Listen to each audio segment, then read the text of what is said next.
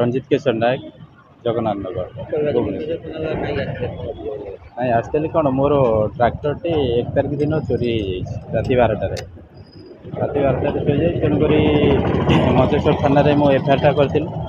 ଆସିଥିଲି ବୁଝିବା ପାଇଁ ତା'ର ଷ୍ଟାଟସ୍ଟା କ'ଣ ହେଲା ବୋଲି। କେମିତି କ'ଣ ଚୋରି ହେଲା, କେଉଁଠି ଥିଲା, ସେ କ'ଣ କି ବିଏମ୍ସିର କାମ ଚାଲିଥିଲା, ସେ ରାସ୍ତାରେ ଆଡ଼ ପକାଇ ତାକୁ ରଖିଥିଲୁ କାହିଁକିନା ରାସ୍ତାଟା ନଷ୍ଟ ନ ହେବ ବୋଲି।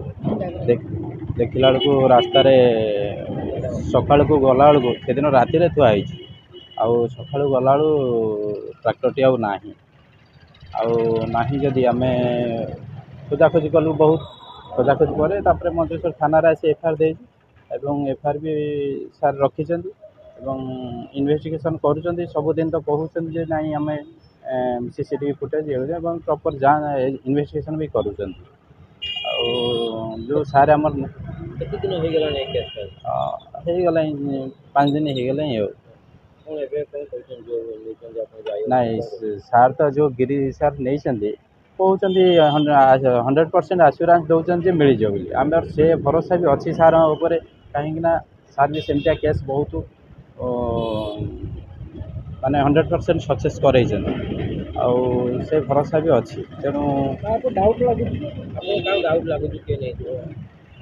ଡାଉଟ୍ ବୋଇଲେ କାରଣ ଏଇଟା ନିଜ ଲୋକ କେହି ନ ହେଇଥିଲେ କେହି ଯେଉଁ ଟ୍ରାକ୍ଟରଟା ଏତେ ସହଜରେ ଉଠେଇବେ, କାହିଁକିନା ଡାଉଟ୍ ଲାଗିଲେ ବି ଆମେ ତ ଦେଇଛୁ ସାର୍ଙ୍କୁ ସବୁ ତଥ୍ୟ ଦେଇଛୁ, ତେଣୁ ସାର୍ ତାଙ୍କ ଇଏରେ ଇନଭେଷ୍ଟିଗେସନ୍ କରୁଛନ୍ତି। କ'ଣ ଟ୍ରାକ୍ଟର ଥିଲା, କ'ଣ ନାଁ ଥିଲା, ଆଉ ଗାଡ଼ି ନମ୍ବର କ'ଣ ଥିଲା? ଟ୍ରାକ୍ଟର ଥିଲା ମହିନ୍ଦ୍ରା ୟୁଭୋ 475 ଆଉ ଗାଡ଼ି ନମ୍ବର ଥିଲା OT 01M7627 ଆଉ ଡାଲା ନମ୍ବର ଥିଲା OT 02BH0578 ଆଉ ଡାଲାରେ ଲେଖା ହେଇଥିଲା ମଧ୍ୟ ଆଲଫା 5S ରେଡ୍ କଲର୍ ଟ୍ରାକ୍ଟର। ଆଉ ଫାଷ୍ଟ ମଧ୍ୟ ଆମେ ଯେଉଁ ସିସିଟିଭି ଫୁଟେଜ୍ ମାନେ ମୋ ତରଫରୁ ମୁଁ ଯେଉଁ ଇଏ କରିଥିଲି, ସେ ଆମର ସେ ଭାଗବତ ସନ୍ଧାନ କଲୋନୀର ଜଣେ ଘରୁ ସେଠି ସେ ଯେଉଁ ଚୋରଟି ସେ ମୁଣ୍ଡରେ ଗୁଡ଼େଇ ହେଇ ଆସି ନେଲା ଇଏ କଲା ସବୁ ଦେଖାହେଇଛି ଏବଂ ସାର୍ଙ୍କୁ ବି ସେ ଫୁଟେଜ୍ଟା ଆମେ ଦେଇଦେବୁ ଏ ଚାଲିଛି ଏବଂ ସେ ସାର୍ ବି ପ୍ରତିଶ୍ରୁତି ଦେଇଦେଇଛନ୍ତି ଏବଂ ଅପେକ୍ଷା କରନ୍ତୁ, ନିଶ୍ଚିତ ଭାବରେ ଖୁବ୍ କମ୍ ଦିନ ଭିତରେ ଆମେ ତାକୁ କାଢ଼ିଦେବୁ ବୋଲି ଏବଂ ସେ ଭରସା ବି ମୁଁ ସାର୍ଙ୍କ ଉପରେ ରଖୁଛି। ଆଉ ଆଗରୁ ସେମିତି କିଛି ହେଇଥିଲା କି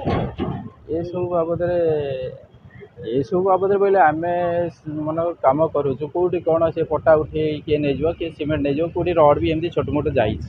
ଆଗରୁ ଆପଣଙ୍କ ସେମିତି ଚୋରି ହେଇଥିଲା ନା? ଏଇଟା ନାଇଁ ଫାଷ୍ଟ ଟାଇମ୍।